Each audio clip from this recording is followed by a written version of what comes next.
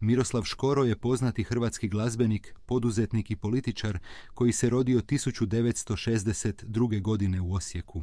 Gospodin Škoro je zaista svestran čovjek s mnogo talenta, te iako je stekao slavu sa svojim glazbenim hitovima poput Ne dirajte mi ravnicu, Šumi, šumi javore i Ne vjeruje srce pameti, u novije vrijeme poznatiji je kao utemeljitelj i prvi predsjednik Domovinskog pokreta, stranke koja postiže zavidne rezultate u političkoj areni posljednjih godina.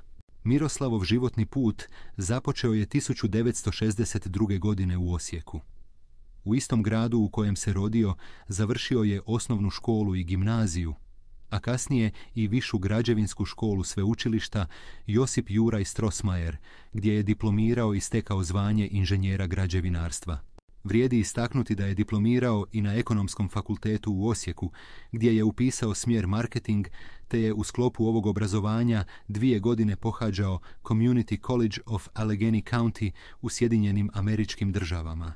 Također, bio je polaznik i prve generacije diplomatske akademije Ministarstva vanjskih poslova, što mu je omogućilo da se 1995. godine počne baviti diplomacijom. Kad je imenovan za prvog hrvatskog generalnog konzula u mađarskom gradu Pečuhu. Ovu dužnost obnašao je 2 godine, nakon čega su ga razriješili s te pozicije. Međutim, Miroslav Škoro paralelno s diplomatskom karijerom razvija i glazbenu karijeru, koja je najzaslužnija za njegov status jedne od najpoznatijih i najomiljenijih ličnosti na hrvatskoj javnoj sceni.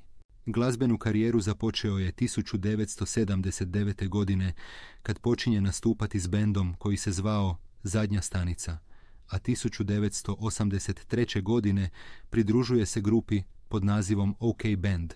Prvi veliki glazbeni uspjeh Škoro doživljava 1992. godine kad izdaje album Ne dirajte mi ravnicu s istoimenom pjesmom koja je postala veliki hit i danas slovi za jednu od najpoznatijih hrvatskih pjesama. Nakon toga izdaje album naziva Miroslav Škoro i ravnica, na kojem se nalaze poznate pjesme Mata i Heroji ne plaču, koje su potvrdile da ovaj glazbenik neće biti samo prolaznik na vrhovima hrvatskih glazbenih ljestvica. Međutim, najveće glazbene uspjehe doživljava na početku 2000-ih godina, točnije 2003. kad se popeo na vrhove top ljestvica s albumom Milo moje, na kojem se nalaze uspješnice poput Ne vjeruje srce pameti, Tamo gdje je dom i suradnja s Markom Perkovićem Thompsonom na pjesmi naziva Reci brate moj. Nakon ovog, Škorina glazbena karijera samo raste te već 2005. izdaje album Svetinja, na kojemu je istoimeni singl pomeo konkurenciju i etablirao Škoru kao jednog od najvećih pjevača u hrvatskoj novijoj povijesti.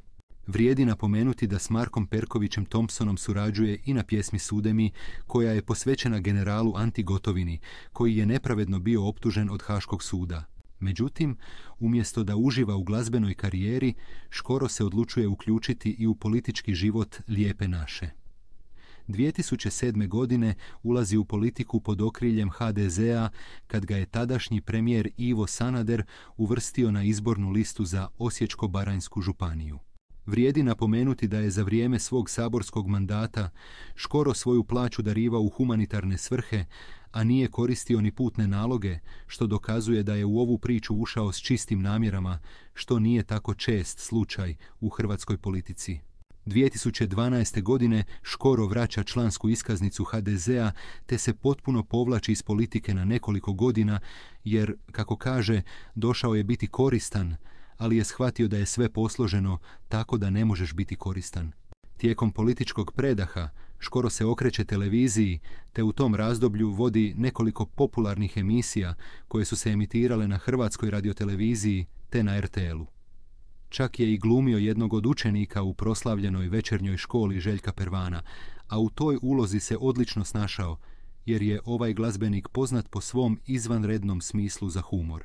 Međutim, Škoro se ubrzo zasitio i televizijske karijere, te se 2019. godine odlučio vratiti u politiku, kandidiravši se iste godine za predsjednika Republike, gdje je dobio veliki broj glasova, što mu je bio znak da bi se moglo isplatiti osnovati parlamentarnu stranku.